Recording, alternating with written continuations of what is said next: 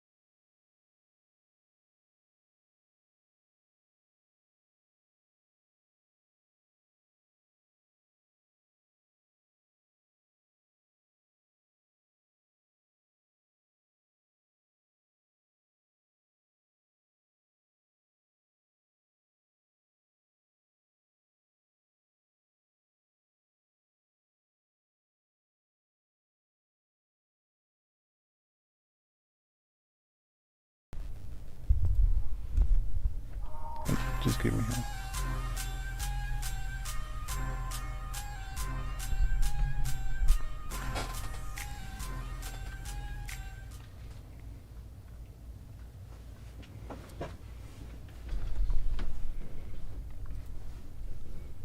Assalamu alaikum and welcome to the Mad Mamluks podcast. My name is Sim. Along with me are my co-hosts, a rogues gallery today, Mahin Islam, Sheikh Amr Saeed, and Mort. How's everyone doing? This is so great. Like, I'm hands-free. We got a technician in house. This is awesome. It feels liberating, man.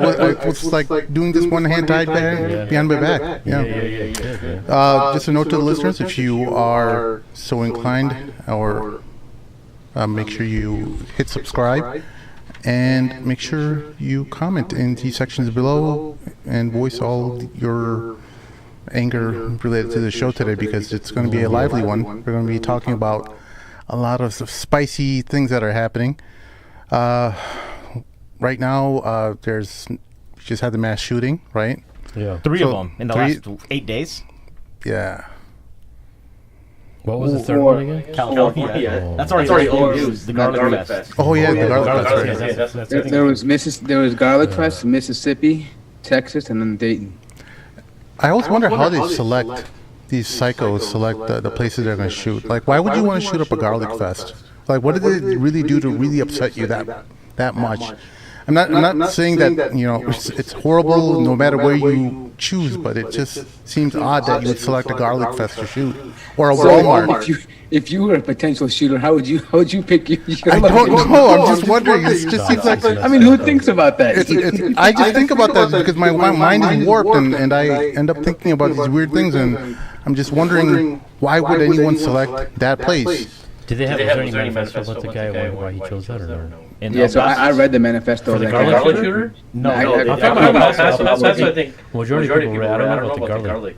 No, I read the Garlic Fest guy's like his maniac post, but no, the Walmart shooter, I actually got his manifesto on 8chan before they pulled it down, because you know 8chan got pulled off of Cloudflare this morning, right? So they no longer want to host them.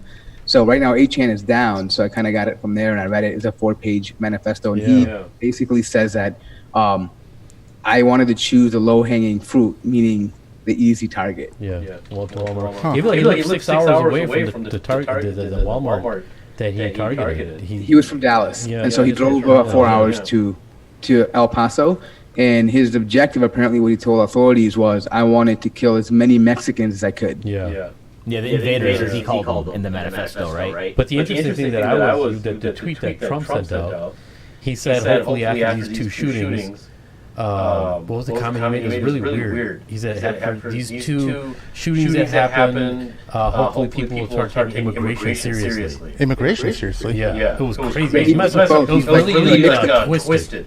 he's like, we need to focus on mental health, and perhaps we can. And he's talking about gun, like a background check legislation, and he's like, maybe we can pass that along with tougher immigration reform. And I'm thinking in my head, I'm like, dude, the guy wanted to kill Mexicans. It wasn't the other way around. Like immigrants didn't want to kill him. He wanted to kill immigrants. Why do? That's what I'm saying. It's really twisted, but he's indirectly saying that it's the immigrants' fault. That's the problem. Well, and that's interesting enough, and I'll tell you why. Because I talk to a lot of alt-right guys on Discord and Pal Talk, and so today I was talking to these like hardcore like Trump pansies. Like they were like, yeah, Trump. Oh. Anyway, so they were like, I read the manifesto, and he's like, I agree with it. I don't agree with his choice to kill people, but he's like, fundamentally, what he's saying is right. He's saying that these kids are going to lose their jobs to automation. The left wants to bring in immigrants so they can become citizens and then have them vote for them. And that's not necessarily untrue. That's pretty much, anyone who studies democratic policies or the politics, they know that they want, more Hispanic voters, right? So they're saying fundamentally what he was saying was correct, that, if they lose Texas, if it becomes a blue state, they probably won't win any election because it carries a lot of electoral votes. So pretty much the country is going to descend into this extreme left wing, which is kind of very socialist idea type of now. You know what I mean? Yeah. So fundamentally, what he was saying was, if you're a Republican and a right winger, you would agree with what he said. That's what's scary. Hey, Mort, did you see what he read about the natives? Because people would say, well, white folks, you weren't here first, right? And he was like, well, the natives are an example of what happens when you let people just come in. Right? No, not so much that. He was saying, look what the natives did. They didn't resist as tough as they could, and they got wiped out. And he's like, well, that's going to happen to us if we don't resist now. And he believed that he didn't even really mind have a real beef with like Mexicans. He said, look, the second generation actually gets jobs, they get educated, they do well, but they're an invading force. And he's like, if we don't push them out now, we're going to lose our culture completely. Like we're just going to have, a very strange guy though. He also he proposed dividing the country into segregated states. So like regions. So like whites would have one portion of the country, blacks would have one, Hispanics would have the other. Just a really strange idea, but as long as Muslims get one. As long as Muslims get one. Well, folks, how's the sound now? Is it still echoing? Some of the guys were saying in the chat that the sound is echoing. Just to confirm the tweet from earlier, I'm reading the second half of it.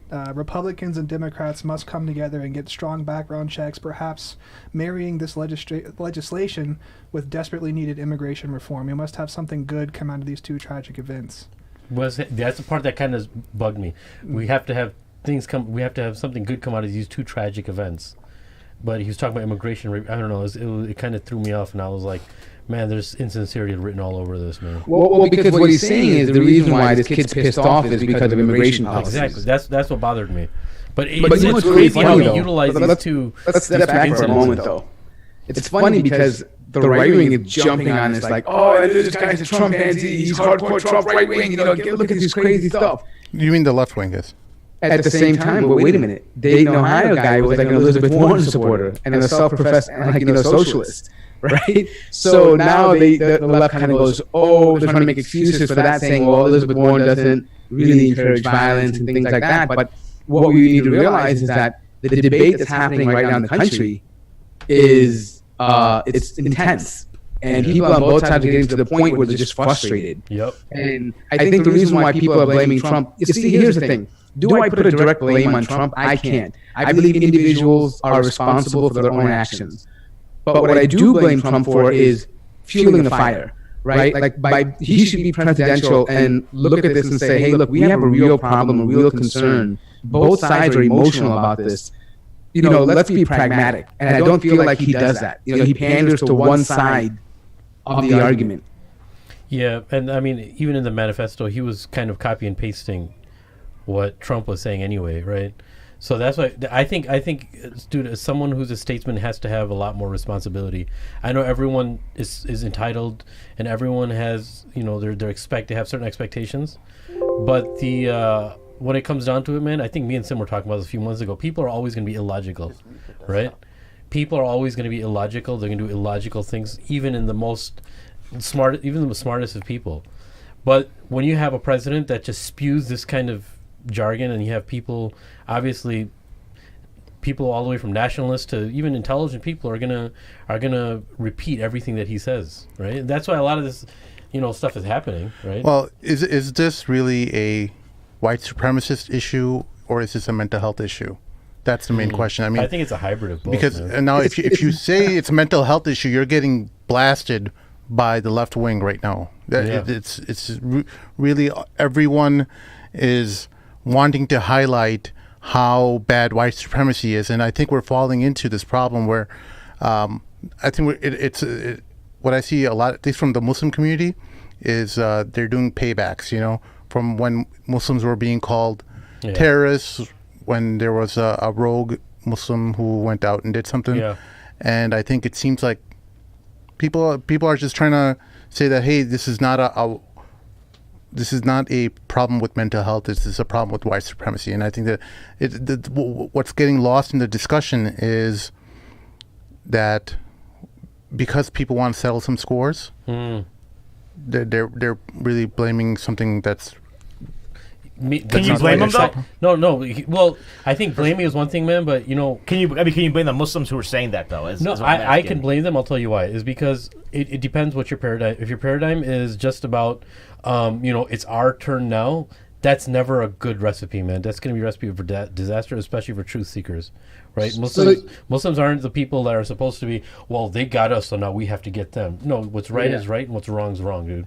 Yeah. So what I found interesting, I don't know if you guys saw this or not, Sim. Maybe you guys can comment, but I noticed that lately, when these shootings happen, people aren't really concerned too much with the victims. Yeah, they're quickly concerned about who the shooter was, what his identity is, is white, is black, what religion he is, and then they take that to use that as political cannon fodder to attack the other side. They don't really care about people dying. They don't care that, almost 40 people died over the weekend. They care more about, that guy is right wing. That guy was left wing. Yeah. This is what politics is doing, and I feel like we've lost our humanity. Like we've been desensitized to killing, bro. That's what it is.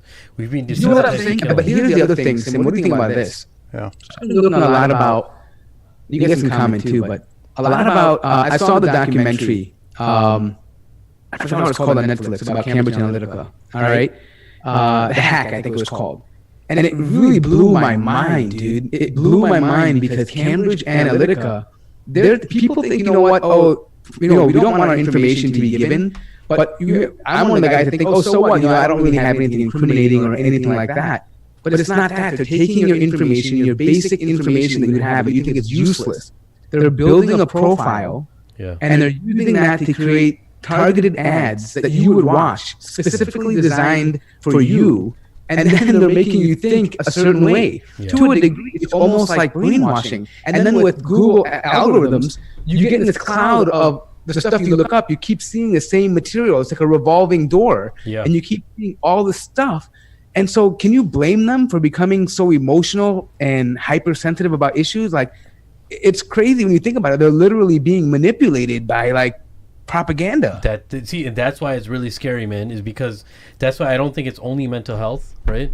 And I don't think it's only white supremacy. It's about the direction, and a lot of it has to go to data, the business of data, right? Data is so valuable now, and the amount of money that it's sold for, that people will just be seeing what people will see based on what they've seen in the past, and they're going to continue, and the algorithm is going to guess of what else that is you want to see, and it'll actually, like you said, it'll control your thoughts to a certain degree. I mean, it's a very scary it'll make time you want right to now buy something that you probably wouldn't have bought. That's why I'm getting Pornhub ads popping up on Facebook all the time. I don't think that's because why. Usually, if Facebook does a search at what you've been already looking for, and you've probably oh boy, Mahi, just I know that you're tech savvy, but there's something called a browser incognito mode, where it'll just you avoid all that stuff. But anyways, point being is that they're taking information, and I feel like it's crazy because think about that, Sim. Like, let's say Zucky just one day looks up something on, like, he has his own Google account. Let's say he's just browsing certain things, right? People are building a profile on him. What does he watch? What time does he watch? You know, how is he progressing in his age? Like, you know, we've been watching him for 4 years now. What do we anticipate he's going to want to do next? And they can feed advertisements, you know, alerts to his inbox or YouTube feeds or whatever it is, and kind of shape his mind so that he thinks the way they wanted him to think. It's insane. If you think about it. Like, it's really scary if you think about it. That is, man. That is, dude. The more I remember once, I think it was like 5 years ago, bro. You put up a post, and maybe on Facebook that the average human sees, I think, is like 6,000 ads a day unwillingly or something like that, right? All that stuff has an influence, man. Everything you see, man. Everything you see has an effect on your mind, body, and soul, man. Everything, even though you think it may be insignificant, right? But yeah, that has a lot to do with, you know, social media anxiety and stuff with people too, and just like anxiety that people are dealing with. There's I agree. Whole bunch of information and I think so. I think that to sum it up, these shootings are a combination of legislation, mental health, you know, and issues of, and also a lot of it is conditioning of the mind of just and what that is using fear tactics, right? Yeah. It's called psyops. And this is something that the government, you know, a lot of the governments, they make it illegal to use. It's considered like a military technique. So psyops is basically, it's like psychological warfare. You know, they very elite, you know, groups in the military use this type of method to extract information and to make assets, right? Mm-hmm. So, you know, they're using that specific type of tactic to now target regular civilians, which is, and to be honest, most governments require you have to first get permission from them before resorting to these tactics, right? So media companies are now using psyops to basically influence the way you think. It's crazy. And I think also there's also an element where people feel like something's being taken away from them, right? It's fear-mongering. Yeah. Right? If you tell somebody that someone's here and they're taking things away from you, not only just your land, taking jobs away from you, they're taking things away from you, that's going to cause you to do a lot of irrational stuff, right? A lot of irrational behavior. More, if you were a Donald Trump and you had one bullet in the chamber, bad analogy probably, but what would you use it on right now? People are saying...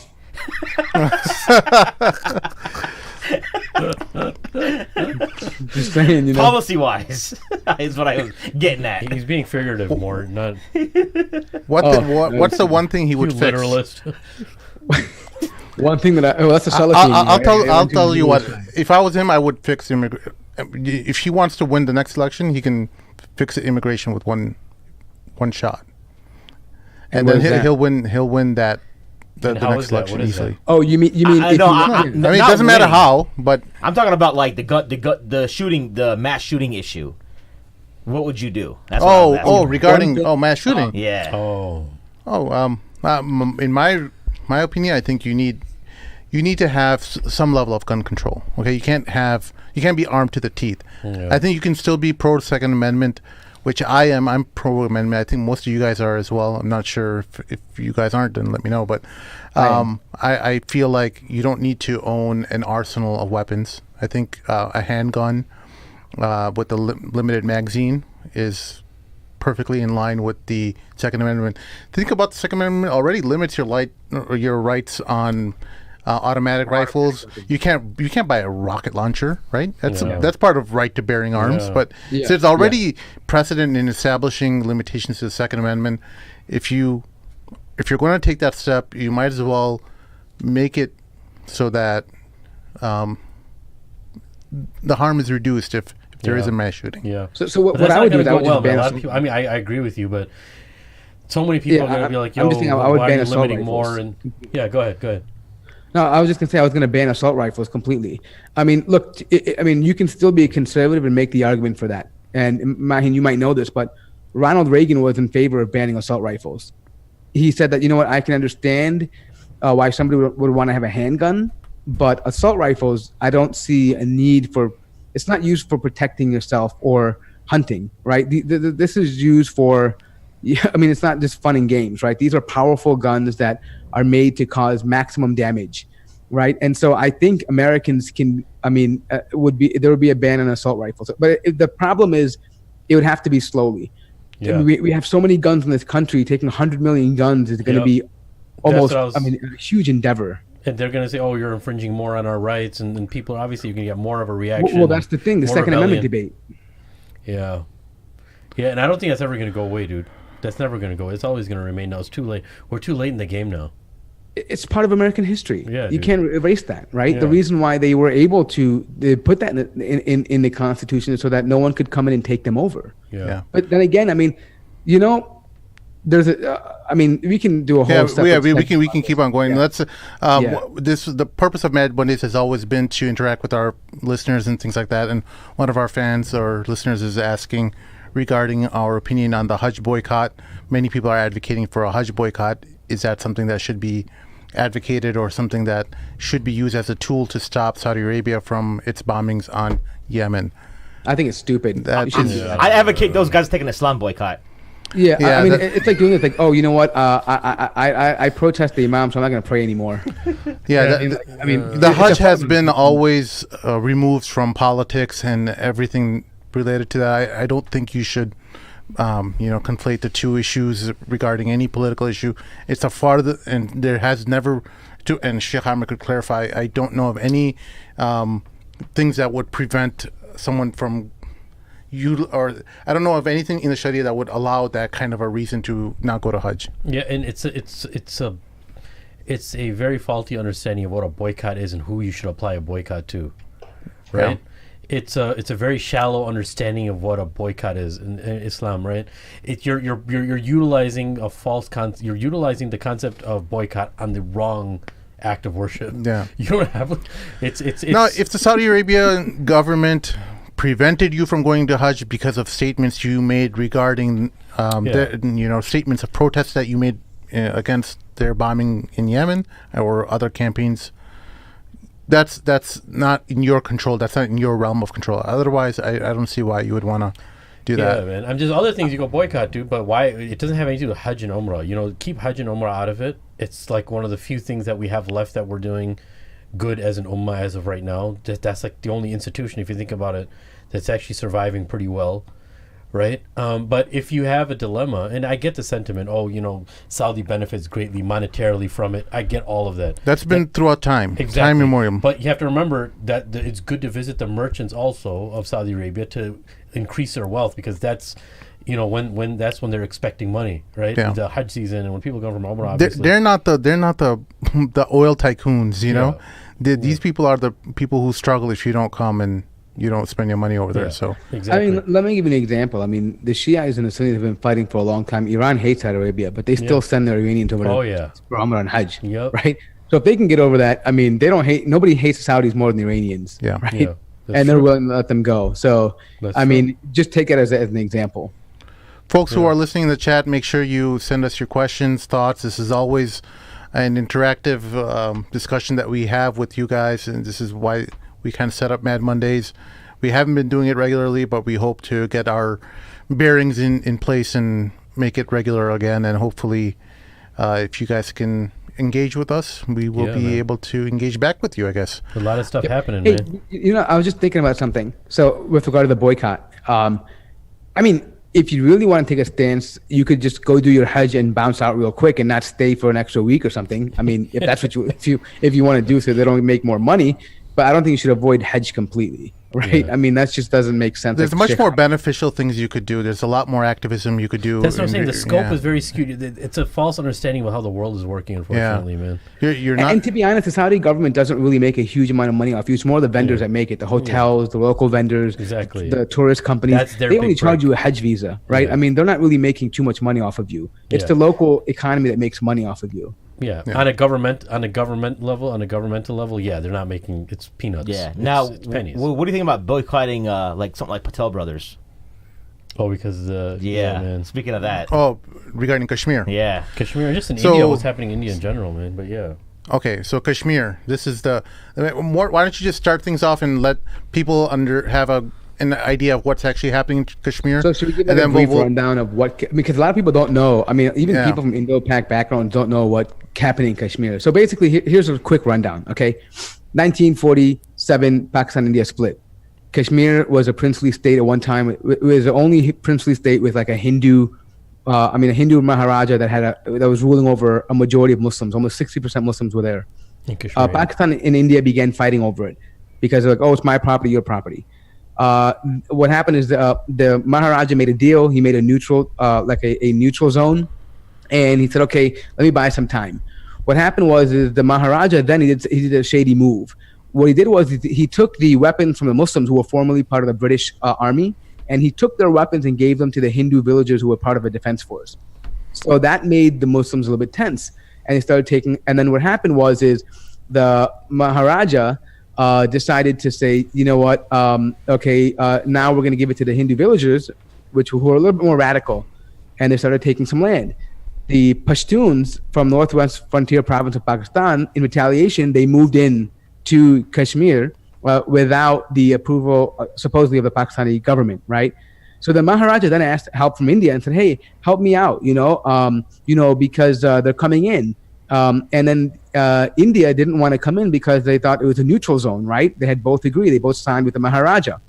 So what they said was, we're only going to help you if you cede Kashmir to the Indians, and then we'll help you then.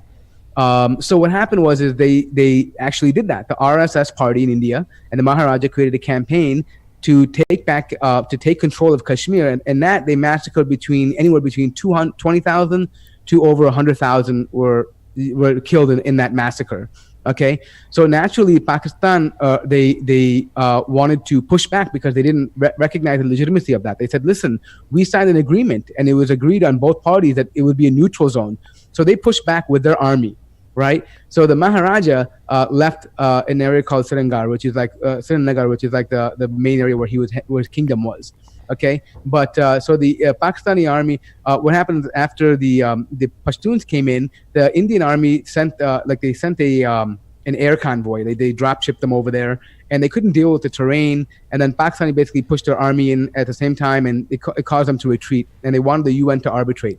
The UN arbitrates, and then they say, hey, if you withdraw all your troops, we'll let the people decide what they want to do, right? None of the guys withdraw their troops. Pakistan and India are still there. So they ended up saying in 1949, we're going to make a ceasefire, and we're going to make the line of control, which is what you hear about today, the line of control. That's basically a de facto border splitting Kashmir in two. One is Jammu and one is Azad Kashmir. Azad is in Pakistan and Jammu is in India side, okay? Then what happens is there's a ceasefire, and now there's skirmishes that are happening, and then it kind of settles down a little bit. Then in 1962, the Chinese come in on the Indian side of Kashmir, and they stole Aksai Chin, which is like the area. They just occupied it. They took it over. So India doesn't do anything. But during that time, since India doesn't do anything, Pakistan thinks, hey, you know what? Well, China did it. They fought over it. Well, more they did fight over it, and China won that war, basically. There was 3 wars altogether, right? Yeah. In Kashmir, It wasn't even, the Himalayan soldiers that were stationed there, they were nothing compared to the Chinese army. Right. It wasn't even like they fought very hard for it. They just overran those people, and India didn't really retaliate much against that. They just kind of gave it. It was a small portion of it next to the glaciers. But Pakistan took it as a sign that, hey, India is getting weak, so let's go in, right? So they crossed over, because keep in mind, the Muslim majority was feeling backlash under the Hindus that were controlling them. So there was always skirmishes going on. So Pakistan decided to go in and say, with the help of these local, Muslims who were trying to fight for their freedom, they crossed in, and the ceasefire broke, and then they started fighting. But then it ended up being like, they had to go back. Both sides retreated to the original lines before the whole 65 thing. Then you have that whole thing in 1971 where East Pakistan, now known as Bangladesh, splits out, right? India helps Bangladesh separate from Pakistan. No longer East Pakistan, it becomes Bangladesh. Then for a while, it's kind of calm. And in the 80s, you see a Muslim population rise because there's more and more oppression on the Muslims. They're silencing them, they're raping their women, people are disappearing. So they're rising up, right? And then this kind of builds tension, a lot of tension. India starts deploying heavy amount of soldiers to this Jammu Kashmir area. Then in 1999, things escalate between Pakistan and India in the Kargil region. I think it's called Kargil region in that area. But this is a very unique time because Pakistan and India both now have nukes in 1999, right? They both became a nuclear country. but somehow they were able to broker through the UN. They were able to broker a peace deal, okay, to de-escalate. Everything's kind of going. We have skirmishes back and forth, more and more oppressions happening to the Muslims. And then now you fast forward to 2008, where India says in Mumbai, Laksha Taiba, which is a free movement in Kashmir, bombs the Mumbai capital, right? So now the tensions even rise even more. And India begins talking about annexing Kashmir entirely and saying, taking away the autonomous state and saying, we're going to just take the whole thing. Mm-hmm. And so that's building fear among the Kashmiris. Why? Because Kashmiris, that's a nightmare for them. The Muslim majority in Jammu, the last thing they want is the Hindu majority over them that has full rights over them, right? Because they're already being killed. That means an ethnic cleansing is going to happen. They're going to shift. They're going to try to change the ethnic landscape of Kashmir by bringing more Hindus in, right? So they don't want that to happen at all. So this builds into something that happened, a very important moment, which happened in our present time in 2016 with an activist named Burhan Wani. Burhan Wani is an activist and also a young freedom fighter, and he used to have clashes with these Indian army personnel that were there, and he ends up being killed. And by the way, just so you know, around this time there are 600,000 Indian soldiers in Jammu Kashmir right now. Yeah. Imagine that number, 600,000. That's way more than the population of people. That means there's like 4 soldiers for every single one person in Jammu Kashmir. Yeah. Okay, and there were just some more deployed recently too. Yeah. It's insane, yeah. If you think about the number, the sheer number, insane. That's 500,000, a little over 500,000 soldiers. It's one of the most militarized zones in the world. So this person, Burhan Wani, passes away. I mean, it dies as a martyr. And so massive protests are starting to happen. And then at the same time is when you have Modi also in power. And Modi is what? From the BJP. He has a history of trying to downplay violence against Muslims, right? And he's pushing this whole thing about, annexing Kashmir and taking it back and removing the autonomous status. And he also has an election coming up, right? So he wants to get, and this is a big talking point for them. So what happens is he's pushing this, and it never really went through. But then recently in Punjab in 2018, they made the claim that somehow Pakistan attacked an air base in Punjab. Pakistan denies it. Terrorist groups deny it. They say we didn't have no part in it. And then this is the recent one where you find India actually launching attacks into Pakistan, supposedly targeting specific training grounds for terrorists. And then in the meantime, this is when Pakistan shot down the Indian aircraft. Remember that video about showing that pilot they treated humanely and returned him back to India? Mm-hmm. That's that whole thing. But now, for this new election coming up for Modi, his big thing is, for sure, now we're going to take away, we're going to completely take away the autonomous status of Kashmir, and we're going to own the whole thing. And now the Kashmiris are frightened because, like I said, this is their worst nightmare. That right now, that means if they annex it, it is for sure going to be ethnic cleansing. And he knows this is going to cause war. He knows this for sure. Oh, absolutely. It's disputed territory, and he knows they're going to have to kill Muslims that are living there, ethnic Kashmiris, and replace them with Hindus who come from other parts of India. Yeah. And a lot of true colors are being shown now, too, on different political parties. And he's been using this over and over. The thing that really angered me about Imran Khan is when he mentioned when Modi came into power, and even recently, tweeting about Modi and how he's a civil person and he's a perfect person he's literally showing the world that he paved the way for Modi now, so the Pakistanis can at least be distracted by their leader saying that this is okay about whatever Modi's going to do, right? So that's why I think a lot of Muslims are angry with him too, with Imran Khan, is because he's legitimizing this force. And the second thing, before you start, he's legitimizing something that the subservient one now is going to be Pakistan over India, because India is going to climbing up and has been being an economic superpower, right? Yeah. But obviously, I think we want to discuss a lot of things that are happening between the lines there too. This is a great exercise. Mention one thing before we continue. I think it's really important to the discussion. Just so you guys know. Yeah. In the beginning of this whole conflict, it was always supposed to be the decision of Kashmiris to decide which country they want to be part of. Yeah. Right. And according to a recent think tank, over 50%, more than 50%, almost 60% of Kashmiris today want to be independent of both Pakistan and India. And wasn't that even kind of the goal of the Maharaja that was there, the Hindu Maharaja? I forgot his name. Hari something. Hari. Yeah, Hari something. I forgot his name, but he kind of he intended for Muslims to some degree. Some people say, I was reading a few conflicting, passages on this, but he actually wanted to respect the Muslims and kind of keep Muslims, and he actually felt bad for them to a certain degree, but he knew what was inevitable. And obviously because of Britain was facing a lot of issues because of all the skirmishes and the fighting that was happening. And some people actually believe intentionally Britain knew this was going to happen to constantly cause this low-hanging fruit problem between India and Pakistan. This is an excellent exercise. I mean, as tragic as it is, it's a great way for us to learn how to do a political analysis. Yeah. Now, what we do is we have to understand how the colonial powers create these conflict zones. We don't see any conflict between America and Canada because there is no conflict zone, right? No one, Canadians are wimps anyway. Sorry. No offense. I got dual. But let's just say there is no conflict zone. Where there is a conflict zone, what happens? There's a problem happens, right? Where in the Western Hemisphere was there a conflict zone that had the United States worried about? Just off the top of your heads, someone shout it out. Iraq, Iran?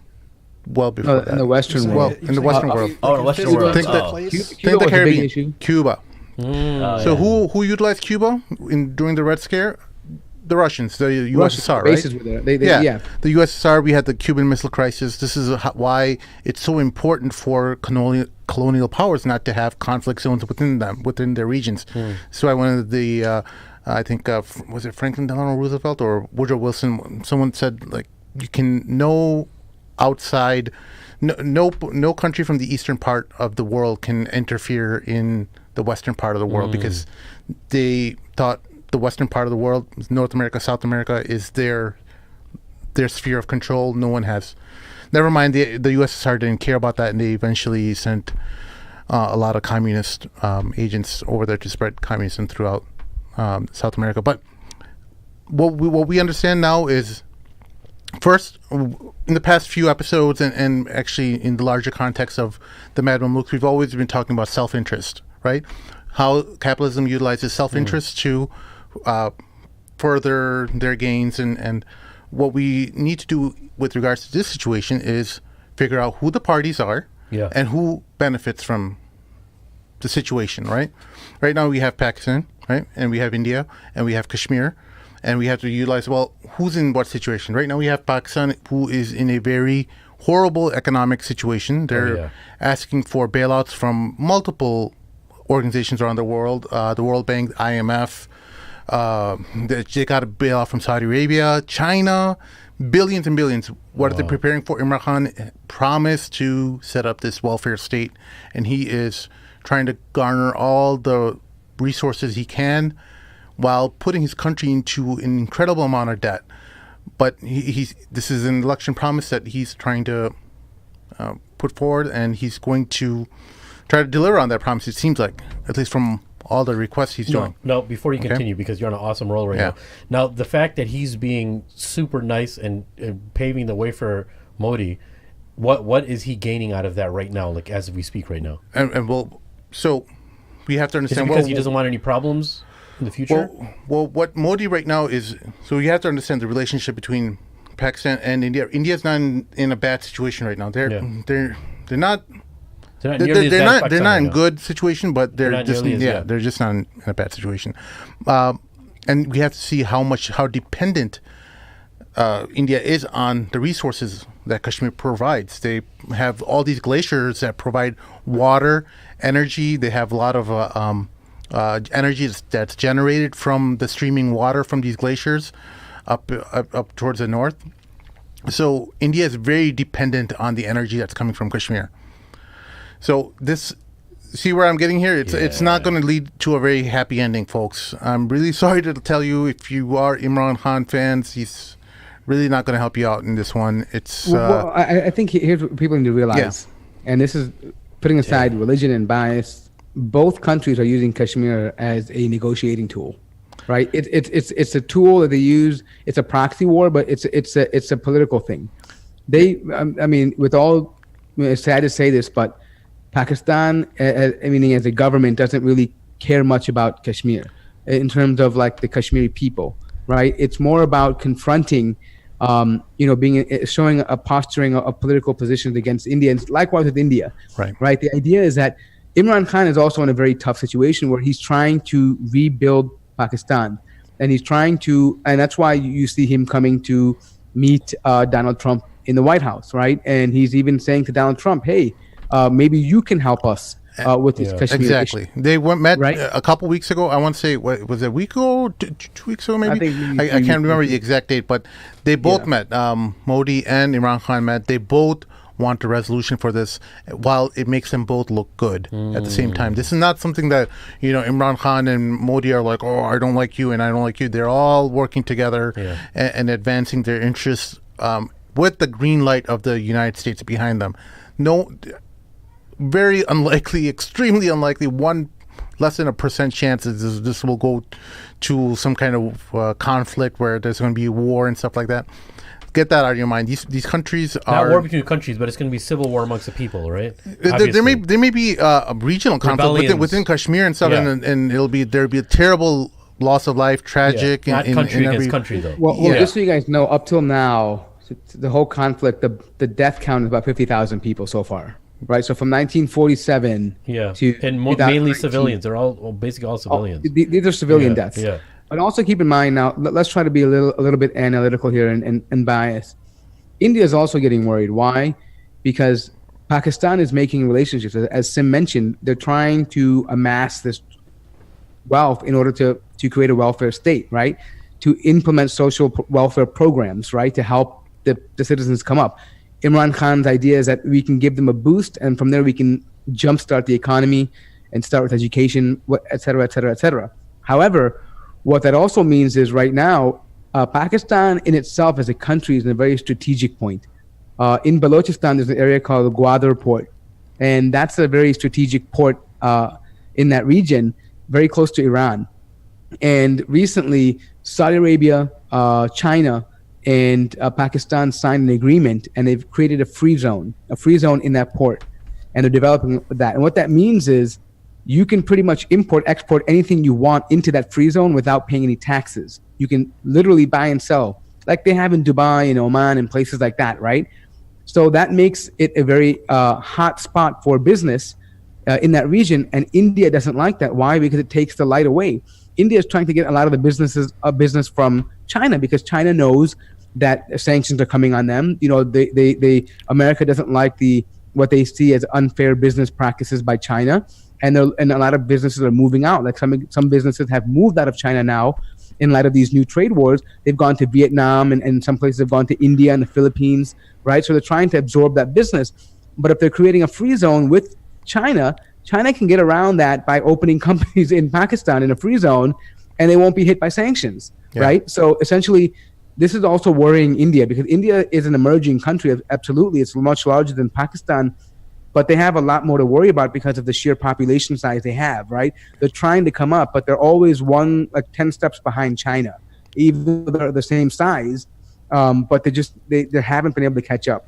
Right. And so India's in a tough position. Hey, Mort, can you explain what this Article 370 is? That seems to be the revocation of that. Yeah. I don't know if we talked about that. That's the law that's that was in place by a. Sorry, Mort. Did you want something? I can talk about it if you want. Sorry, no, go ahead. Yeah, okay. So Article 370 was part of a legal document that was created by a third-party institution. I'm not sure what's the term for it, but a third-party body that was separate from the Indian government that was kind of laid out how the Indian government will designate Kashmir and how it will deal with them, and it was basically illustrating them as an autonomous body that will have its own regional government and will, perform the things that the local population would want them to instate. And what they did was last year the Indian government said, the Indian Supreme Court said that Article 371 is now part of the Constitution because that body does not exist anymore. And so that would mean Kashmir is India's now. No. No. They said that they are challenging the validity of Modi saying that Kashmir is part of them. The Indian Supreme Court. Indian Supreme Court is saying that body doesn't exist anymore. Whatever laws that were enacted or whatever rules and regulations related to how Kashmir will be governed will stay in place the way it has always been. Okay. And that's now part of the constitution. And they said Modi can't change that. Right. So Sim, but Modi's ignoring it now, and he said we're repealing all that. Yeah. Right. So Sim, just to simplify even more, all Article 370 is basically saying that Kashmir is an autonomous region, right? It is not under Indian rule, right? So it has its own laws and own rules depending on because it's an autonomous state. So that's why it's such a big issue. Because if you don't respect that, if Modi doesn't respect that, then that means he can claim it for himself, for India, right? As being the prime minister. And so the Congress, as he mentioned, Parliament is trying to make that part of the Constitution, saying, no, we must respect the agreement that we had with the locals in the agreement within Kashmir, because it's not just taking land, it's also keeping the peace with our neighbors. And that's why today, I think after that was released, people are so grievous now because they don't know what's in the future. Now they don't know what's going to happen. There's also many different clauses within this Article 370 that doesn't allow Indians to buy land in Kashmir. But now with the repeal of this, it will allow Indian citizens to start purchasing property in Kashmir, and eventually, what do you think is going to happen? Sounds like settlements, right? Exactly. Well, so what that means where are they getting the script from? Their cozy relationship with Israel. Yeah. So this is how ethnic cleansing. It's a precursor to ethnic cleansing. Yep.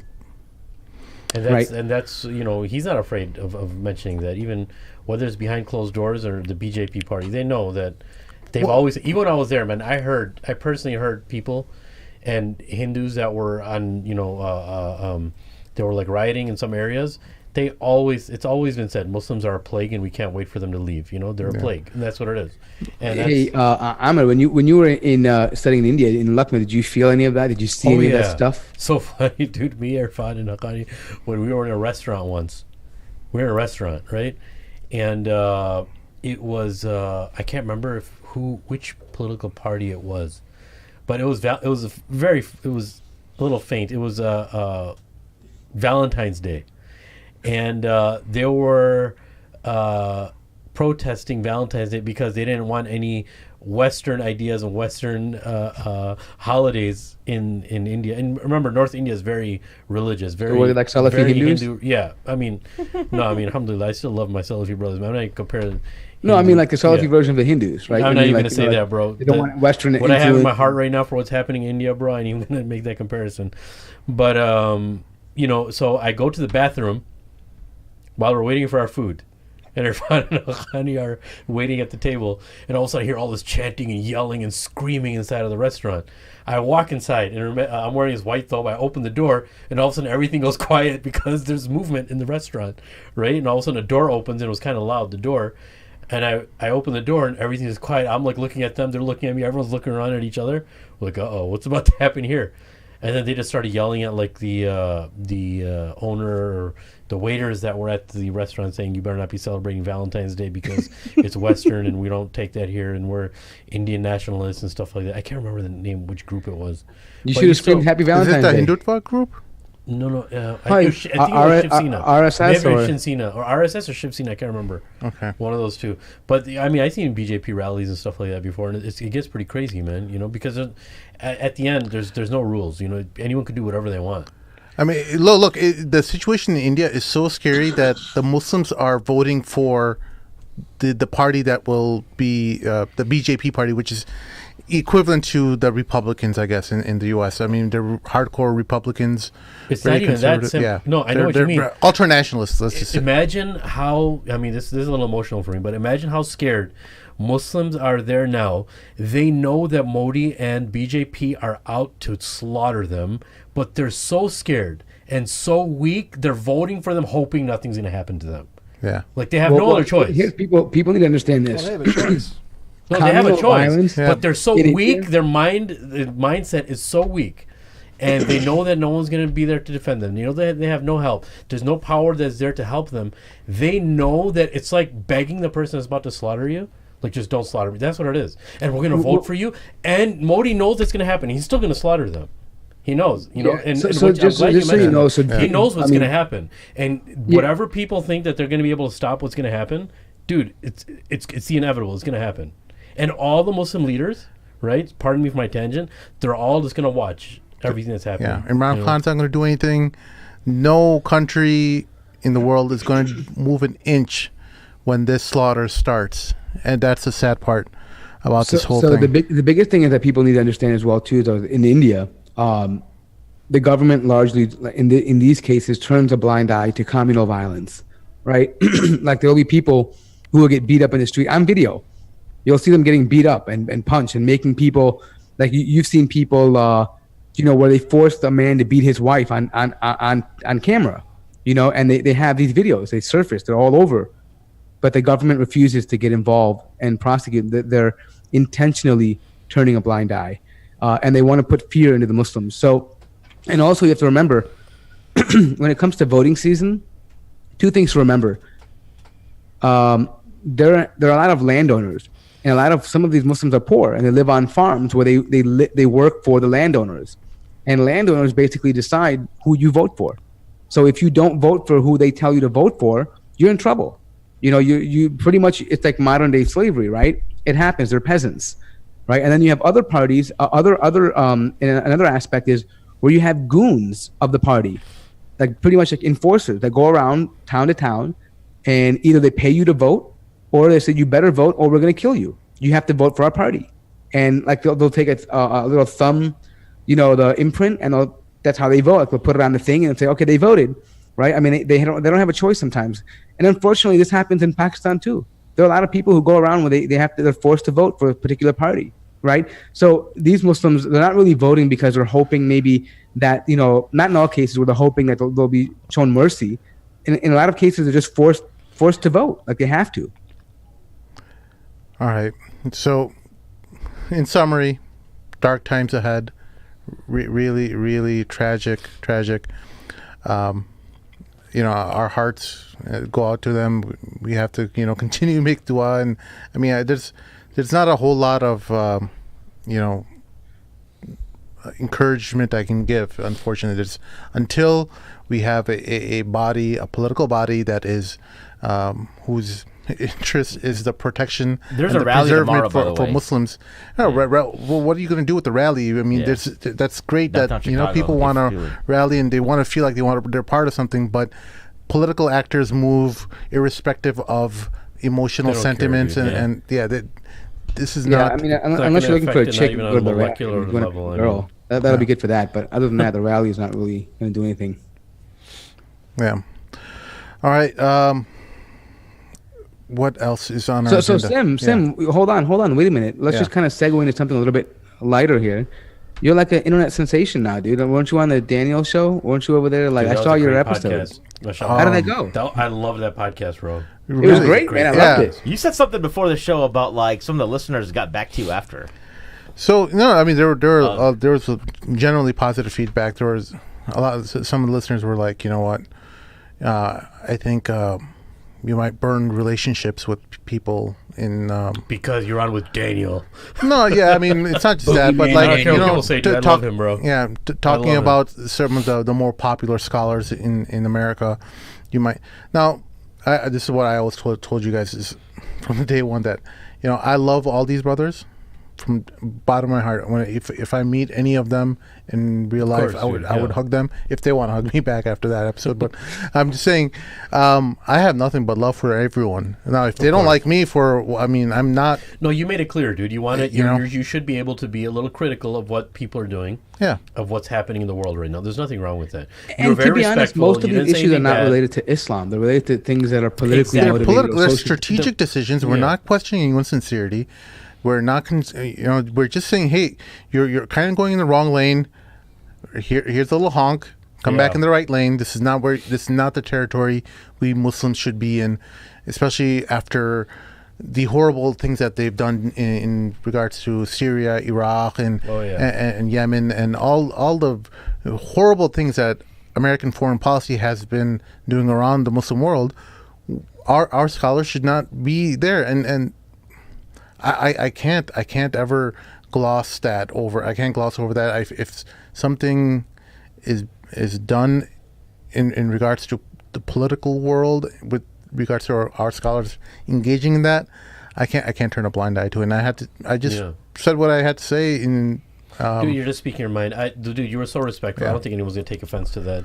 You didn't burn any bridges, and dude. Well, it sucks for me because I know a lot of you guys have personal relationships with many of these scholars, and I don't want to be that person who causes some kind of rift between but we you should guys set the and record them. Straight, dude. Everyone has their own mind. This is where I agree with you, Mort. Yeah. Right? Sim has his own mind. He could say whatever you want to say.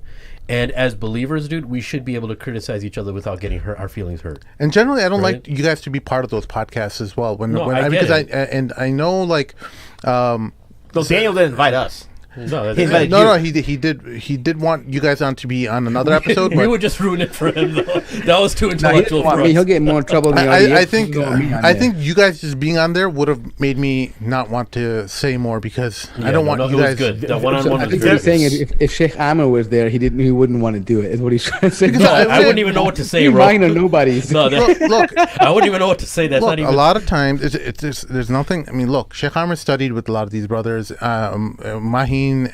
All you guys hang out with these brothers on a regular basis, and this is why even when I met these brothers, I'm just like, hey, really respectful and everything, but I don't want to become friends because of the relationship that they're approaching. That I've seen it from a long time, and I didn't want to comment on it. And I feel like the trajectory where Muslim scholarship is going in this country really needs to be talked about. And if we're not going to be talking about it, then why are we're just part of the problem? Then I feel like quietism, the attitude that we all need to be non-confrontational. We don't talk about problems within the community in public. This kind of attitude has increased them in their boldness in their various engagements within the political world. Let's just put it there. Let me ask you a question. You posed this question in the previous discussion because I by the way, it's funny you mentioned the whole thing about what people would think. Like if I listened to the episode like 3 times, the day it aired and a couple times after, right? Just to make sure I was picking everything up. Yeah. Because when I looked at it from stepping back, I was like, a lot of people are going to interpret this as,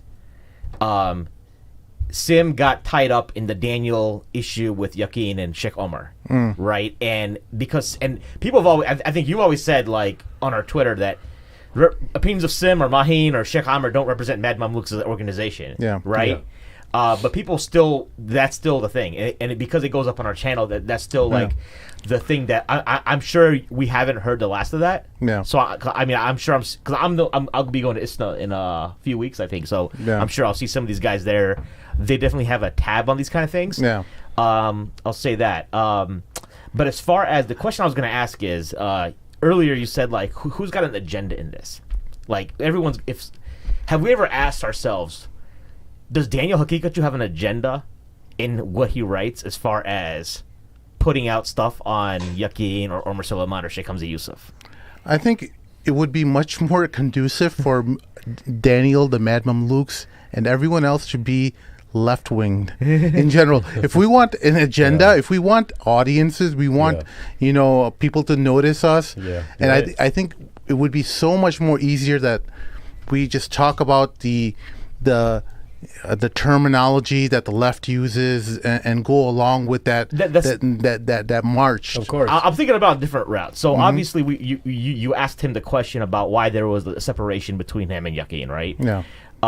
It's been like 2 years, but I think we'd be like a little naive to say that there has to be some kind of personal situation going on between him. I think he could have said so much more. I think he was holding back. He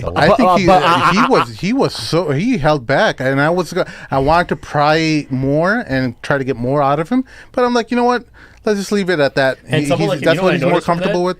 someone like that who's holding back, you know that it's going to be really uncomfortable for him to talk about. Well, I think what Mahin is trying to say, though, is that, hey, does Daniel have his own agenda too? And I think the answer is yes. I think everybody does, right? I mean, everybody has their agenda. You should have an agenda. Right? He has our agenda is the advancement of Islam. Go ahead. Yeah, I'm saying whatever it is. I mean, I think all these people are looking to advance Islam. I'm not going to deny that from them, but they all have their own approach and their methodology and how they want to do it. They all have their idea of what is the right way and what's relatable to their audience. And I think that, I mean, he feels it's one way, and he really perceives the left as a threat, and he's trying to, in his mind, center the conversation, and that's what he believes. Yeah. And by no means is somebody who's actually going to be as sincere as possible. Actually, I shouldn't say sincere. Let me backtrack. Someone who let's just look at the Mad Mamluks. We're not going to say, "Hey, everybody's right, everything is fine." People are not going to. They're not going to take that from us, and there's a reason for that. Yeah, is because we want to seek out the truth. And whatever we think is in line with the Quran and Sunnah, and what we can extrapolate from that, and what we see in contemporary times, and we're going to put our own voice in it to promote Islam, we're going to do that. Yeah. We're not going to say everything is right, and everything is right, and that's and everyone's going to hold hands and kumbaya. We're not going to do that, right? But okay, because that's not what real Islam is asking you to do. I'll tell you where some of the pushback's going to come from. This is what I think, at least. So, because I went back and listened to our episode with Sheikh Omar Suleiman, was like 2 years ago, just to kind of understand. Because I was like, I haven't heard him in so long. I wanted to really recalibrate where he's coming from. And I know we talked about, we got an insight into his mindset there. But back to Daniel, I think the question you asked originally was about, like, he was the executive director. Yeah. Now that's automatically assumed as, like, he's the second in command. So there's this kind of. Now, in reality, when I went back and looked at his old bio that we posted, he was a director of Islam and Scientism, and Yaqeen has like multiple directors in their position. It's a I changed that, by the way. I changed that bio because he told me to change it. Okay. I had it originally as executive director. Oh, really? Okay. Yeah, he told me to change it. Like, hey, there's some things happening. Yeah, because I can't talk about it, but I remember because like when we were doing our show, we had met Junaid from Yaqeen a year ago at Isnan, and we had talked about it. Like that was the COO was the first official role that was second in command because that's kind of where. So what I'm saying is I feel like people like they at some point in time there has to be a conversation with the Yaqeen guys, whether we talk to them in advance because we are only hearing one side of the story right now, right? Would you? And they're welcome to come on. It's always an opening. I don't think it's necessarily because a lot of people won't talk about it on a podcast, but I think there's sometimes do you think they're going to come on and talk about it? Of course not. Like knowing Sheikh Omar, like because I've known Sheikh Omar for like I don't know, like almost 10 years now, right? Yeah. He's the kind of guy, and he's not going to respond to everything, right? He doesn't have time for it. Right. And he like kind of is like, well, if we just ignore it for a while, it'll kind of like dissipate, right? That's going to be the approach. But I think if what we could have done differently is, and I know you guys weren't planning on talking about it because you could tell by the tone of the show, we could have probably talk to Yaqeen in advance and be like, hey, what's the real story kind of deal? No. It's always an open floor. Hey, you want to come on? It's not like, I agree with Sim. If they want to come on and talk about their story, come on. I mean, no one's stopping you. It's an open platform. You want to talk about it, let's talk about it. This is a free medium of open conversation. Yeah, but I don't even think that conversation was even trying to decipher who's right and wrong type thing. It's just telling us what happened, right? It's not really like we're not trying to say. He made the most important point in all this, dude. I think he made an amazing point. People forget this in there. I think Daniel highlighted it too. Is that focus on the issues, not how you feel about what he's saying. Exactly. Look at the content. What is the message? Is that message wrong? Forget about your feeling. I get it. People are sensitive today, and it may not be the nice way of saying it. But look at the message. Is what he's saying at the core, is that wrong or right?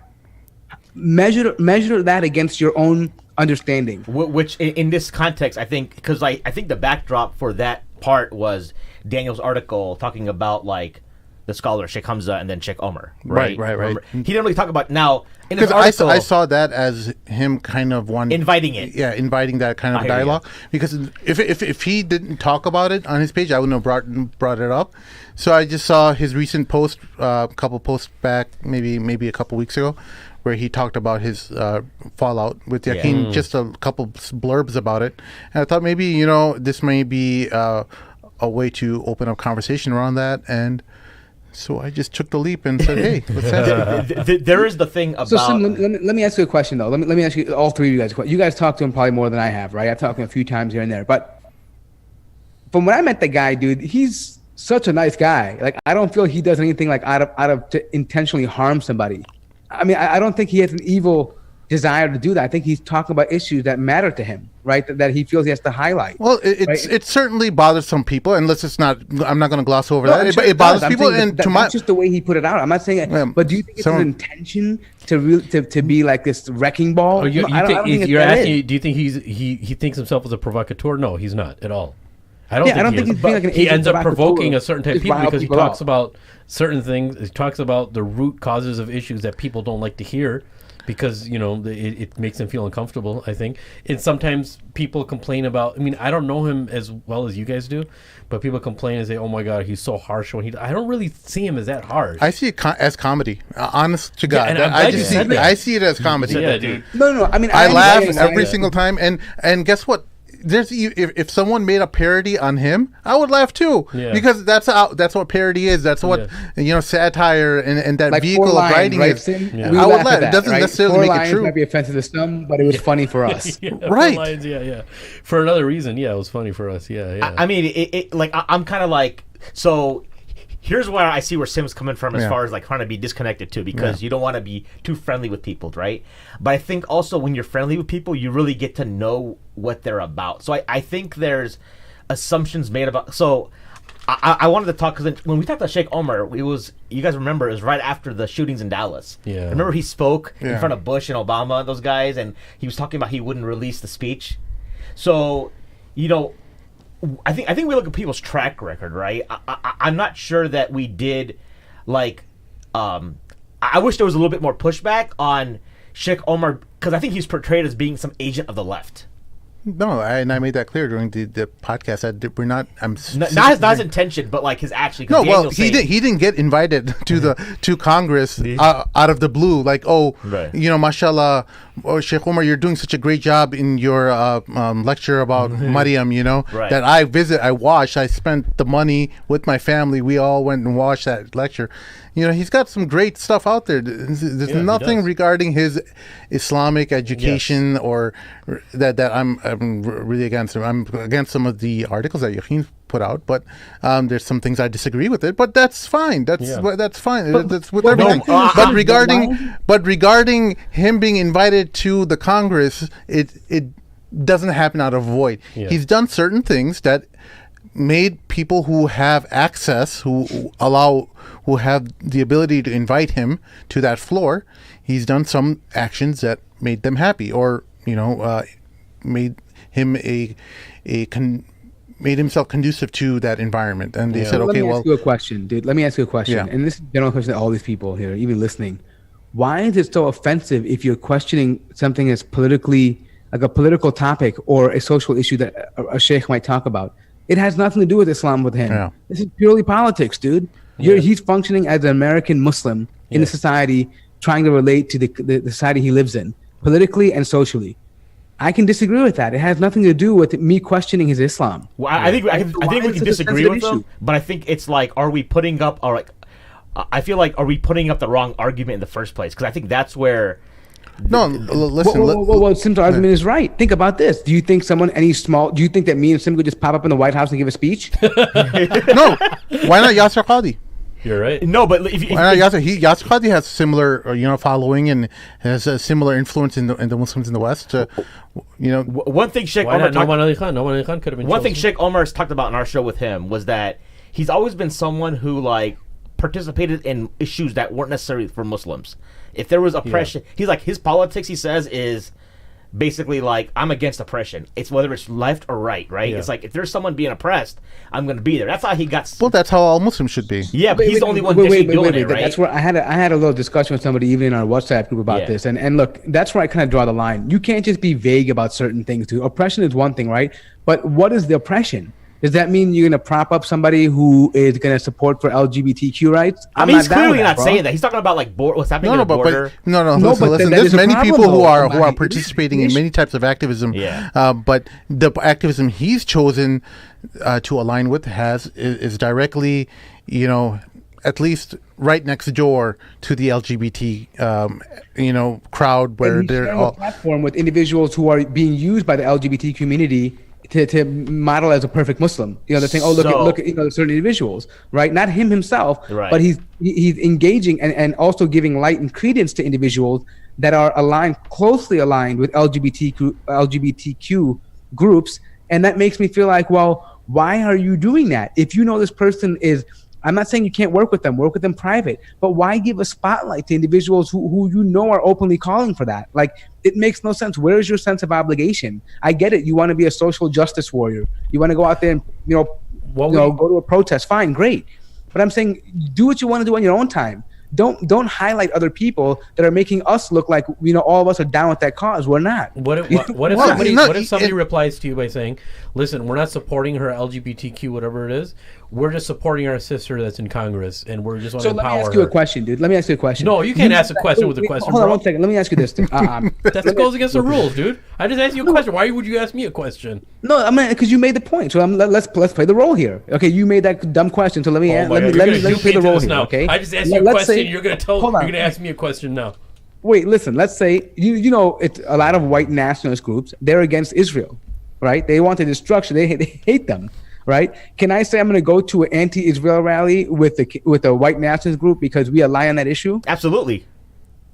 Are you out of your mind? I would be like, you want to? If anybody did that, I think that's a little different. Morty, look. Their career would be over. I'm just He's playing rallying with the white nationalists. They're gonna kill everybody. I mean, are you out of your mind? I'm just playing the shaitan advocate here because a lot of people say this, right? They say that, look, listen, for instance, Ilhan Omar or whoever else it is, we're not supporting what she supports specifically of what she's doing. Mashallah. We're just empowering and supporting our sister that's already in office. She already made it that far. We're just supporting her, right, as a person. And we want her to, even if she's down with the LGBTQ, whatever all that is, right? That shouldn't mean just because we disagree with some things that she does, that doesn't mean we should disregard her altogether. So I'll tell you this much, Amir. If I was having an Don't event, ask me another question now. I wouldn't invite Ilhan Omar. Why is that? Just because I don't support, I don't want to give her a platform for that. I mean, do I still respect her and support you? Sure, I would. But bro, we're Muslims. Look how far we already made it, bro. We're in the Congress now. We've already gone this far. You were in your Congress. We're here now. You want to go out and just say I mean the kinds of stuff she says, I can't be down with it, bro. Like what she talks about, like more transgender rights. Yeah. We're gonna do all this stuff. Woo, yeah, woo. I mean, get out of here. Let me explain these. Sim, what would you say to that? So I want to talk to more real quick. So like let's talk about let's compare two movements, the BLM movement and the Hotep movement, right? So let's say Sheikh Omar is he has these two options. He has the BLM movement and the Hotep movement to pick from. And he wants to address police brutality.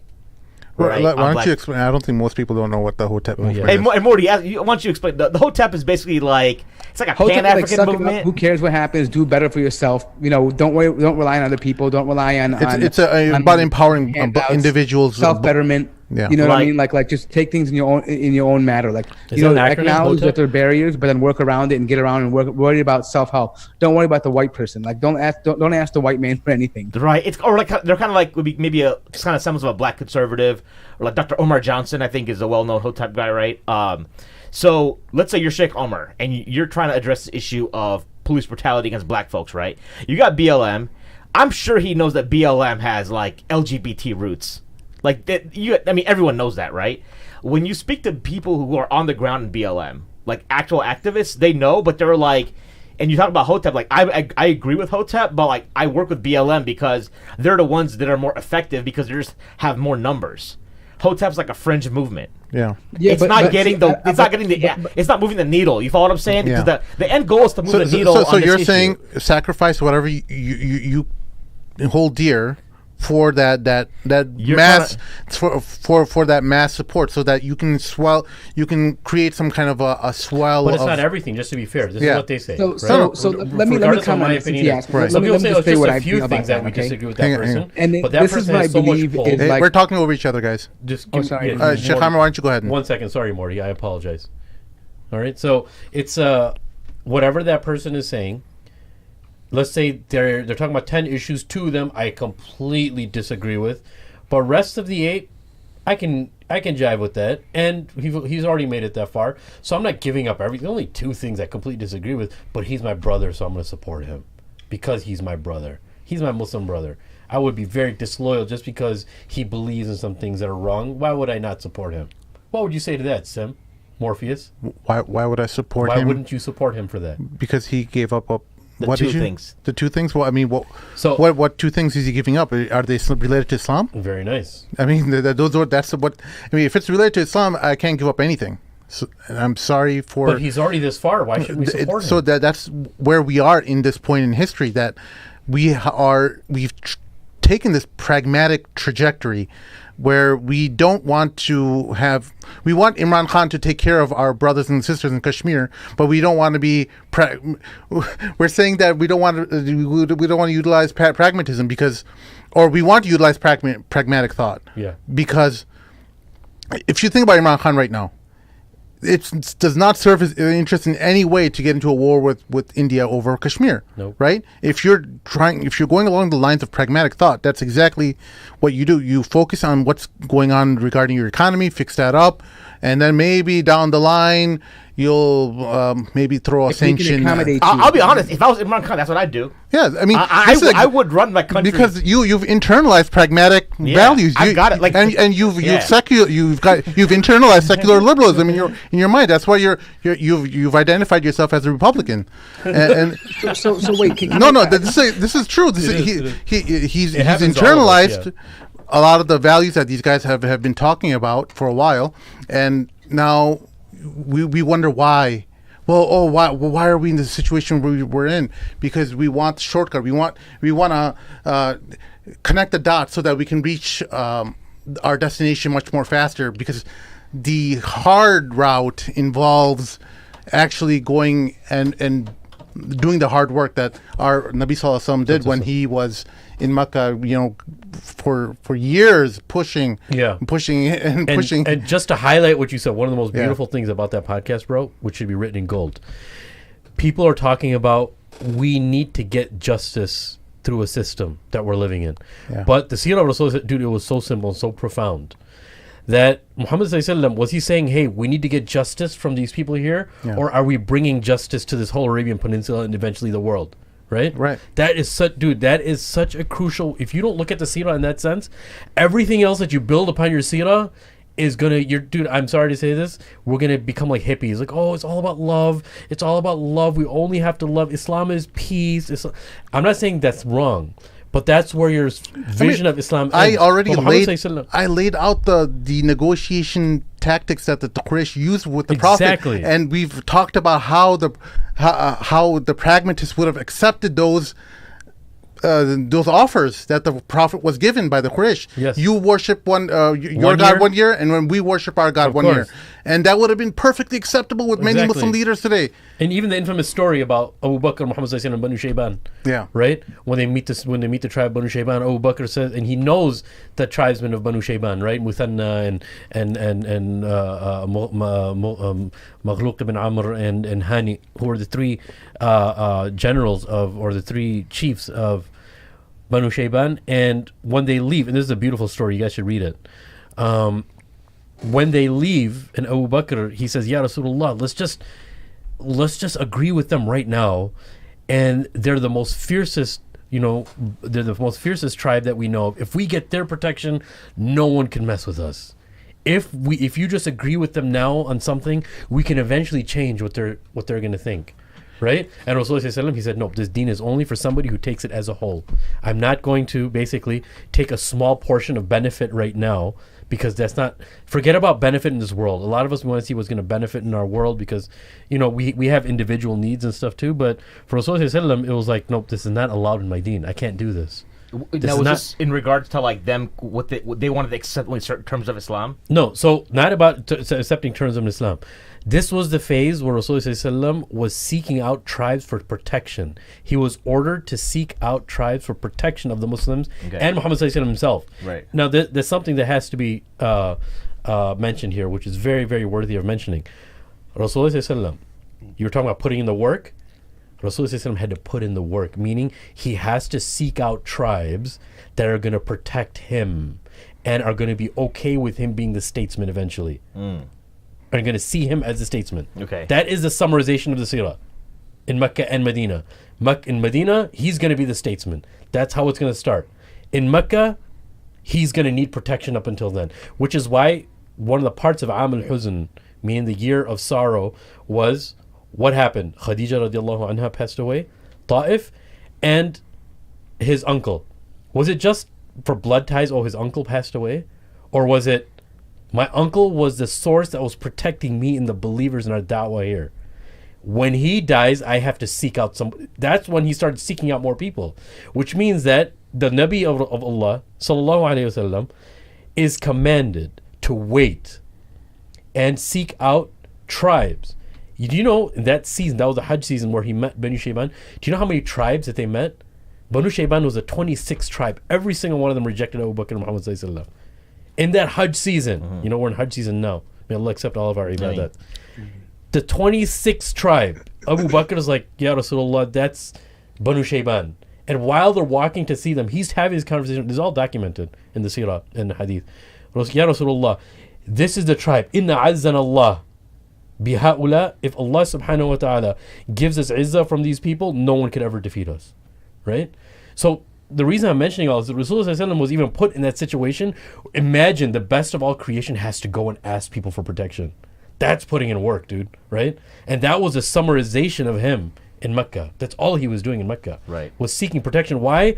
To protect and to start a legion of people in Medina that are going to be able to conduct his da'wah to the rest of the world. Okay. That's the summarization of the seerah, bro. And it was, yes, a part of the seerah is that you have to be nice to people, of course. And Islam means peace, yes, at times, of course. And you have to love everybody, yes, of course.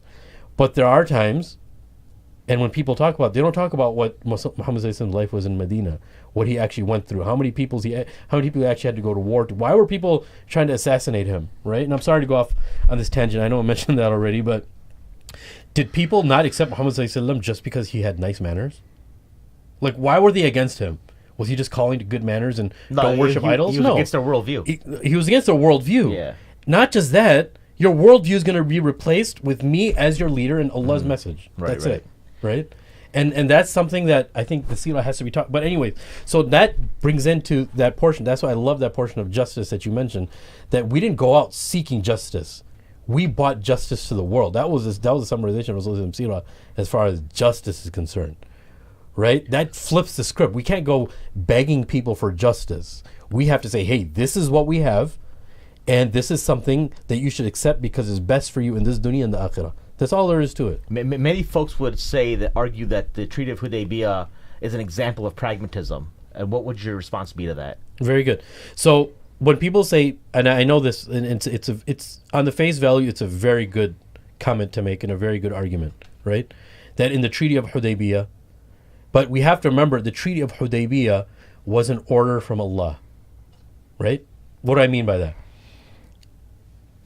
In Surah Al-Fath, when Allah subhanahu wa ta'ala is talking about the Treaty of Al-Hudaybiyah, Rasulullah has a dream. And in his dream, he sees that the Muslims are going and they're doing tawaf around the Kaaba, right? Umrah. So he tells the believers, he says, hey, I had a dream that we went for Umrah. And the Sahaba, they got so excited. So excited, they went in their ihram and all of that. And even to the point where they weren't even carrying weapons to show that they're not going to go to war. So even people that were coming from other tribes, they saw them, they'd feel ashamed to fight them because they didn't have any weapons, right? Now fast forward here, that the key and the secret to Surah Al-Fath and the Treaty of Hudaybiyah is Allah didn't tell them when they were going to go to Umrah and go and do tawaf, right? And when Rasulullah didn't agree with the terms, or he agreed with the terms, and the Muslims felt that they were getting the short end of the stick, when Muhammad acts, he acts in wahy. He's not acting on his own behalf. Allah subhanahu wa ta'ala made them wait as a test of their patience in a similar way. Like for instance, when Surah Al-Kahf was revealed, right? What did Rasulullah say to the people? He said, I'll have an answer for you tomorrow. Yeah. Right? And the answer didn't come. 15 days later, Allah subhanahu wa ta'ala reveals ayat from Surah Al-Kahf, right? So sometimes Allah subhanahu wa ta'ala, when he makes them wait, that's a victory on its own. So after everything is finished, in the Treaty of Hudaybiyah, which is actually a beautiful story and very gut-wrenching in its own way of what Rasulullah had to go through. But at the same time, at the end, Umar radiallahu anhu, he says, Ya Rasulullah, this treaty that you signed, is this actually a victory? He says, Awa fathun hadha ya Rasulullah? So he said, is this a victory? And Rasulullah said, yes, this is a victory. Right? So the victory was not, and this is where I don't like the argument Treaty of Hudaybiyah. The victory wasn't in them doing the Umrah. The victory was that Rasulullah agreeing to the terms and Allah ordering him to do so. The Treaty of Hudaybiyah argument, do you guys understand what I'm saying? Because the Meccans ended up breaking the same terms that they agreed to. They ended up breaking the treaty. Yeah. And that fueled the Muslims even more. It gave them a lot more power. And they understood that, this is actually, Allah knew what was going to happen, which is why he told us to do so. All we had to do was be patient. And imagine what happened. And I'm going to get to what you're talking about. It's a very fine reply to it. And just before you do, the shock that Umar radiallahu anhu has is what is really glossed over, because this whole time they had uncompromising attitude throughout the whole thing. Islam too. Yes. Before Islam, he said, Ya Rasulullah, we wouldn't even unjustly take or give one date to them, and you're telling us to be okay with this treaty. And the only way that the believers felt remorse after this, which is fine, this is Allah doing their adab, right? Showing them adab, is when Rasulullah comes to Salama radiallahu anha, right? And her tent says, you know what? They're not okay with this treaty. They're not listening to what I'm saying. And she says, Ya Rasulullah, they've been through a really difficult time right now. They're very emotional. Why don't you just shave your head and go and sacrifice your animal, and they'll all follow. So the believers, look, when he goes into the tent, next morning they see him. If you look at Tafsir al-Fath, Surah al-Fath, and the hadith that are talking about Surah al-Fath, they said they saw Rasulullah shaving his hair and going to sacrifice their animal, and they said, what did we do? And there's actually narration, it's kind of cute and like beautiful at the same time. They're like, in remorse, they're cutting each other's hair and crying at the same time and hoping Allah's adab doesn't come down on them, right? But what I'm trying to say here is the victory, if you think the victory was doing Umrah that year, then Treaty of Hudaybiyah would be applicable to the argument that you're saying. But we're not saying that. We're saying that whatever Allah decides, that's what Rasulullah was ordered to, whether the believers like it or not. Okay, so people would say, I think people would say that anything that the Prophet ﷺ does is wahi, right? Yes. We believe that. So why is Hudaybiyah specifically different in that regard? Because people want to use, because we say the Quran is an eternal text. Okay. Right, it's applicable, we can take lessons. Even I was thinking about this morning, like the verse in Surah At-Tawbah that people say, kill them whenever you find them. Yeah. There's context for that. We can still apply it today. There's a treaty that gets broken, you make with some kuffar, and they break it. No one's going to be able to do that right now, but it happens in countries all the time. People break treaties. Yeah, but so how, that's kind of the argument is I've made is that the Hudaybiyah treaty is an example of pragmatism that is allowable. Well, right? That's a completely silly argument, because everything in that is leading all the way up to that point is saying don't take any shortcuts. Don't take any shortcuts. Even the one army that said there was one tribe near Persia who was incredibly powerful. Banu Qurayza was it? I can't remember the name. They were towards the Persian Empire, and the Prophet ﷺ approached them for power. And that's they said, Bani Shayban. Bani Shayban, right? Yeah. And they said, you know what? We'll do everything except attack the Persians. Yes, that's Bani Shayban. We'll do everything. The Persians used to employ them. Okay. Persians used to send them gifts because they used to protect the border so the Arabs wouldn't go into Persia and cause skirmishes and problems. Right. So they actually paid them. Okay. Right? That's how much power they had. Said, we'll fight the Romans, we'll fight everyone. We won't fight the Persians. We won't fight the Persians, and he still wouldn't take that offer. That's the best offer you could get on the table. You can't even dream of that kind of offer, dude. The Prophet ﷺ said, "Hey, if that was the case, he would have obtained power from them and went to Persia. Yeah, went to Persia later on, or some other pragmatic way where he could have approached if he sides with them, then he's on the side of the Persian Empire, which is a very powerful empire, obviously, right? I think the main thing is, because here's the whole embodying thing. If you do something, it has to be based on truth and not falsehood. Yeah. Right? And that's my thing. So when going back to Mahi's question, if you ask me if I should do BLM or Hotep, I'm going to go on whatever is truth. And if none of them are, I'll do my own thing.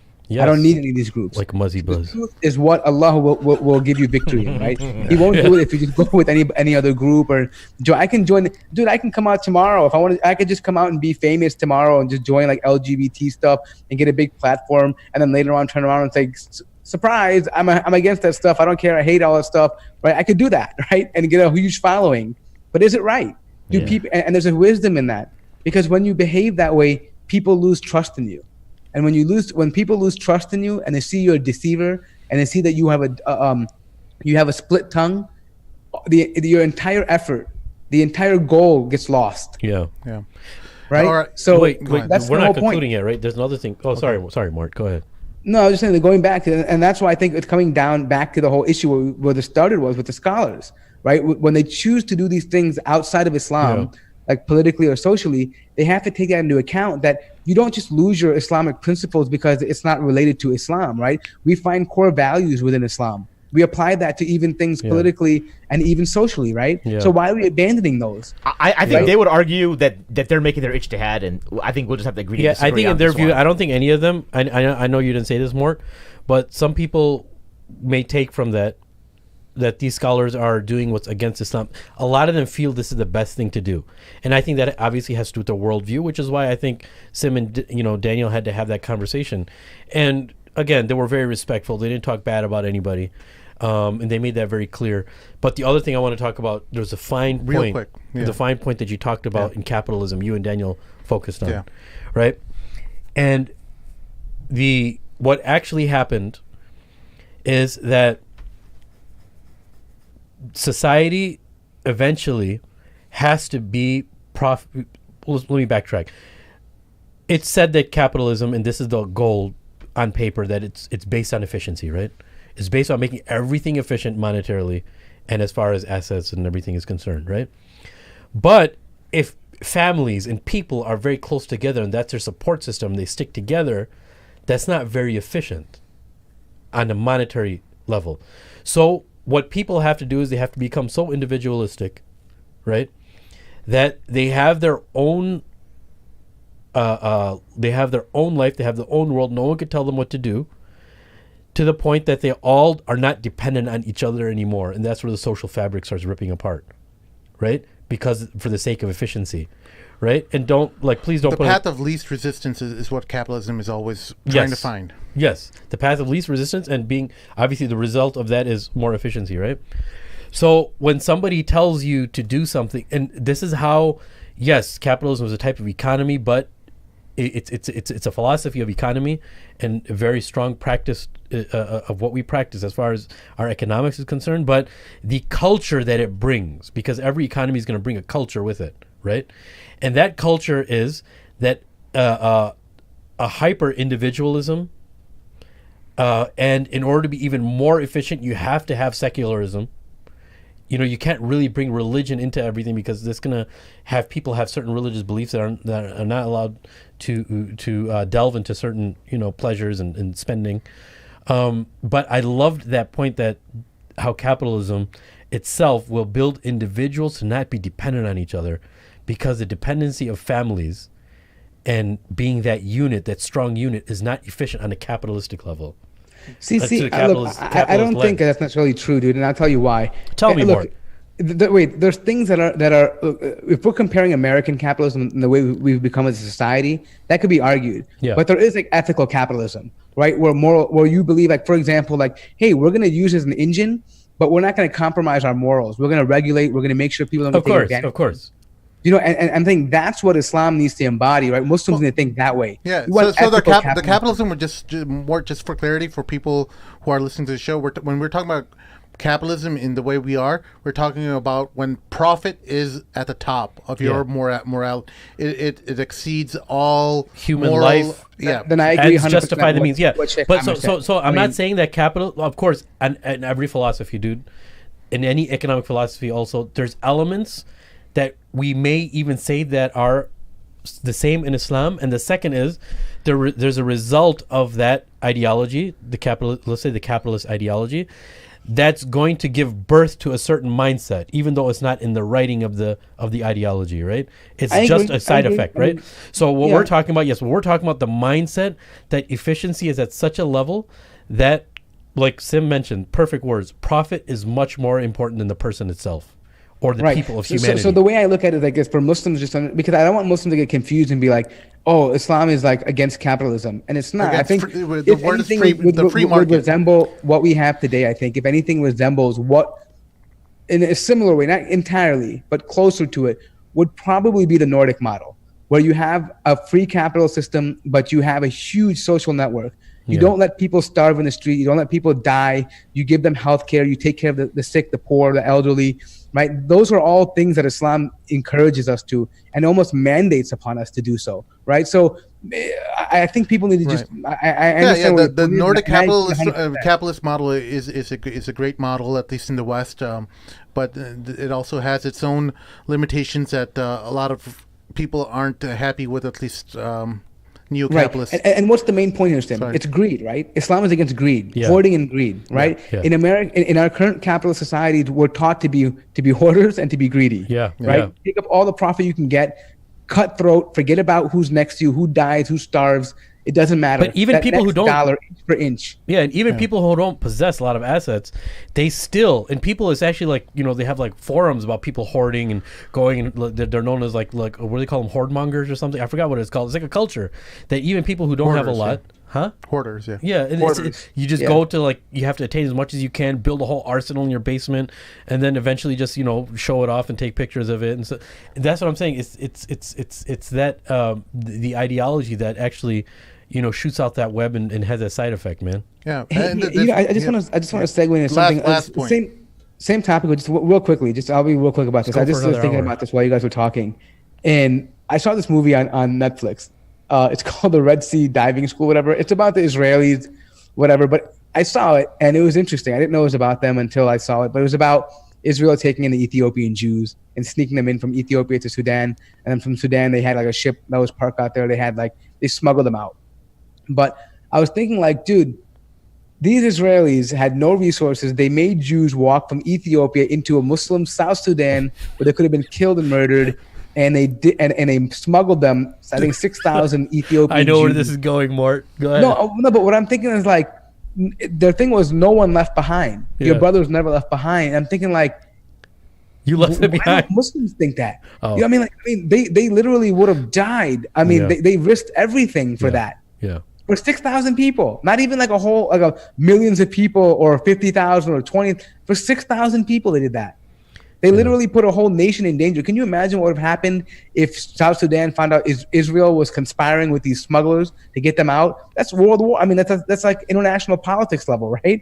But I feel like that spirit among Muslims is gone, and it made me sad. I'm like, dude, these Yehudis did this. Like, I mean, they're, at this time, this was in the 60s, right? Where they were fairly a new country, right? They weren't exactly what they have right now. They had assistance. The Americans helped them, sure. But what I'm saying is they tried to utilize every exhaustible measure to save their people in every way. They never stop until they exhausted every single attempt. And Muslims have lost that. Are you recommending that we convert to Judaism? No, I'm saying, hey, take a pragmatic method, man. They got one up on you.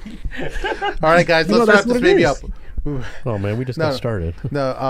Thank you all so much for joining us this Mad Mondays. Help us out on patreon.com/the Mad Mamluks. Please, everyone, give a round of applause to our brother Ryan, who helped us out. I was just gonna say a shout out to Ryan. I'm trying. Thank you so much for hanging out this late. I don't know if you expected us lasting this long. I did. I don't know if my wife did. All right. He's married. All right, thank you all for joining us this week, and we'll see you all next week. I gotta give him a nickname. Oh, why don't you talk about Muzzy Buzz real quick? Yes. No. Oh wait, hold on. I gotta give him a nickname first. Can I call you Radio Ryan? Would that work? Just call me Radio Abdul Ryan. Hakim. Abdul Hakim. I like that name. Abdul Hakim. Okay. Wow. Abdul Hakim. Quick. Okay, like that. awesome. Okay, Hey, we'll call you that. I just give everyone a nickname like Sim, and I have a different nickname for Amr. I'll tell you offline because it's not. Make sure you subscribe to Mort's new channel, Muzzy Buzz, on YouTube, youtube.com. Duck your head down a little more, bro. They got to see the hand. Muzzy Buzz, There you go. MUZZYBUZZ. It's a channel dedicated to just talking about his personal musings regarding various social events or political happenings around the world. Yep. So I do it randomly, so make sure you just subscribe. It's on my Twitter, so go to Give us a 20-second lowdown. What are you about? What is that? What's the point of this? It's just me to talk about political and social issues and like to my rantings about it, right? I mean, I'm going to bring people on the show and stuff, but mostly it'll be a conversation about my views. I wanted a place where I didn't have to include TMM in that conversation because I don't want to put heat on anybody else, right? I'm very opinionated and I have things, so I think Sim thought it would be cool for me, to have my own little carved out spot. So it's just going to be me talking about certain issues that I feel are important that are related to Muslims right now that's happening, right? And just I don't want to have long podcasts. I don't want to do a long show, 10 to 20 minutes maximum on small issues.